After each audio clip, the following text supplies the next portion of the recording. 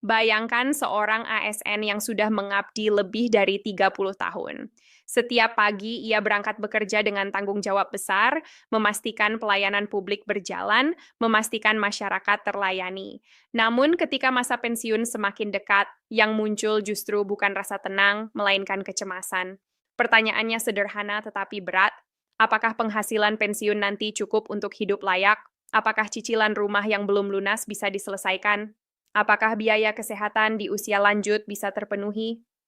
Pertanyaan-pertanyaan ini tidak hanya dirasakan oleh satu atau dua orang, tetapi oleh jutaan ASN, anggota Polri, serta para calon dan penerima pensiun di seluruh Indonesia. Inilah kenyataan yang kini menjadi perhatian serius pemerintah.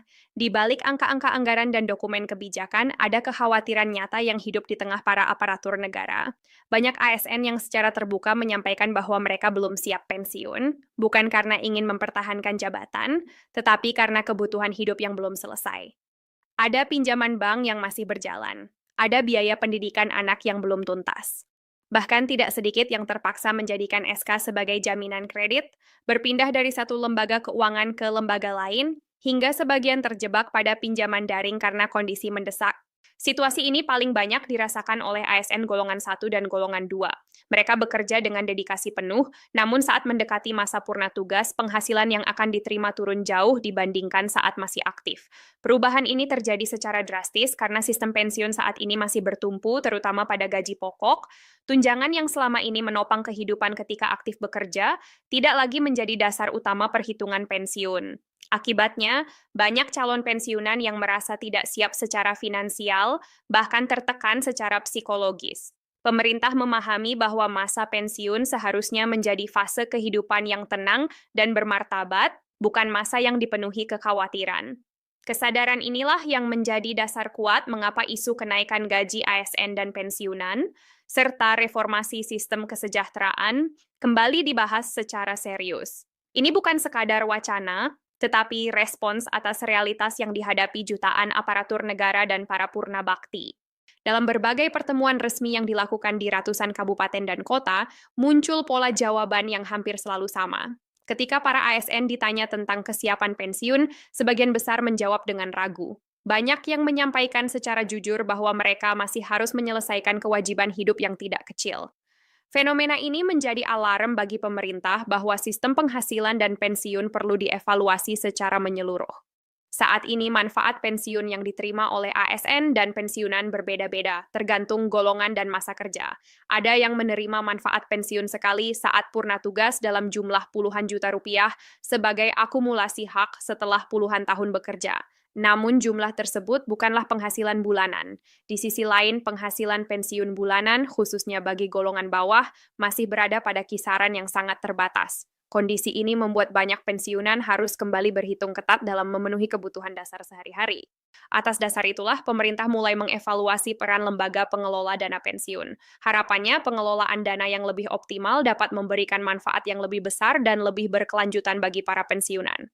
Evaluasi ini dilakukan dengan prinsip kehati-hatian karena menyangkut dana jangka panjang dan hak hidup jutaan warga negara. Seiring dengan itu, kembali menguat wacana perubahan sistem penggajian ASN menuju single salary system. Dalam sistem ini, seluruh komponen gaji dan tunjangan digabungkan menjadi satu penghasilan yang lebih transparan dan adil. Dengan skema tersebut, dasar perhitungan pensiun tidak lagi hanya mengacu pada gaji pokok, tetapi pada total penghasilan yang diterima ASN selama aktif bekerja. Jika diterapkan secara matang, sistem ini diharapkan mampu memperkecil jurang antara penghasilan saat aktif dan saat pensiun. Gagasan ini sebenarnya bukan hal baru. Usulan penerapan single salary system telah dibahas sejak bertahun-tahun lalu. Namun kini, wacana tersebut kembali mendapatkan momentum kuat karena kebutuhan yang semakin mendesak.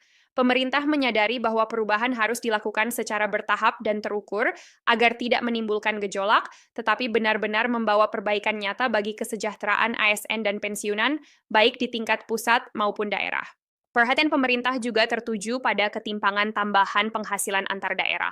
Saat ini terdapat perbedaan yang cukup signifikan antara ASN di daerah tertentu yang menerima tunjangan kinerja secara rutin dan memadai, dengan ASN di daerah lain yang tambahan penghasilannya masih sangat terbatas. Ke depan, pemerintah berharap tidak ada lagi ASN yang merasa tertinggal hanya karena lokasi penugasan. Setiap aparatur negara, baik yang bertugas di kota besar maupun di wilayah terpencil, memiliki hak yang sama untuk memperoleh kesejahteraan yang layak. Kisah-kisah nyata dari para pensiunan menjadi pengingat yang kuat akan urgensi perubahan kebijakan ini. Ada pensiunan guru yang sejak usia muda mengabdi di sekolah, membesarkan keluarga dengan gaji sederhana, hingga akhirnya memasuki masa pensiun dengan SK yang masih tertahan di bank. Ada pula tenaga kesehatan yang puluhan tahun melayani masyarakat di puskesmas, namun tetap harus memikirkan cicilan hingga usia senja. Kisah-kisah ini bukan untuk diratapi, melainkan menjadi dasar moral dan kebijakan untuk melakukan perbaikan. Dalam konteks inilah, pemerintah di bawah kepemimpinan Presiden Prabowo memberikan arahan agar Menteri Keuangan menyiapkan kebijakan kenaikan gaji ASN dan pensiunan. Tujuan kebijakan ini tidak hanya untuk meningkatkan kesejahteraan individu, tetapi juga untuk menjaga daya beli masyarakat, memperkuat ekonomi nasional, dan memberikan penghargaan yang layak kepada aparatur negara sebagai tulang punggung pelayanan publik. Proses penyusunan kebijakan tersebut telah masuk dalam perencanaan kepegawaian nasional. Usulan resmi telah disampaikan oleh kementerian terkait. Reformasi gaji ASN termasuk penerapan single salary system serta wacana sistem pensiun berbasis pesangon atau fully funded terus dibahas secara teknis. Semua tahapan dilakukan dengan prinsip kehati-hatian agar keuangan negara tetap sehat dan kebijakan yang diambil berkelanjutan dalam jangka panjang. Dalam rancangan program yang sedang dibahas, terdapat penekanan pada sektor-sektor vital. Tenaga pendidik menjadi salah satu fokus utama, mengingat peran strategis guru dan dosen dalam mencetak generasi penerus bangsa. Tenaga kesehatan juga mendapatkan perhatian khusus karena kebutuhan layanan kesehatan di masa pensiun menjadi faktor yang sangat penting. Selain itu, penyuluh dan petugas pelayanan publik lainnya termasuk dalam kelompok yang diprioritaskan. Sebagai ilustrasi, terdapat simulasi kenaikan gaji pada beberapa golongan ASN, termasuk golongan terendah. Simulasi ini dimaksudkan sebagai bentuk keberpihakan kepada mereka yang selama ini berada di garis depan pelayanan dengan penghasilan yang relatif terbatas. Bagi para pensiunan, kenaikan tersebut diharapkan berdampak langsung pada peningkatan penghasilan bulanan, sehingga kehidupan sehari-hari dapat dijalani dengan lebih tenang dan bermartabat. Namun, perlu disampaikan secara jujur dan proporsional, hingga saat ini kebijakan kenaikan gaji ASN dan pensiunan tersebut masih berada dalam tahap persiapan dan belum diresmikan. Pemerintah bekerja melalui tahapan yang terukur dengan mempertimbangkan kemampuan anggaran negara serta keberlanjutan fiskal.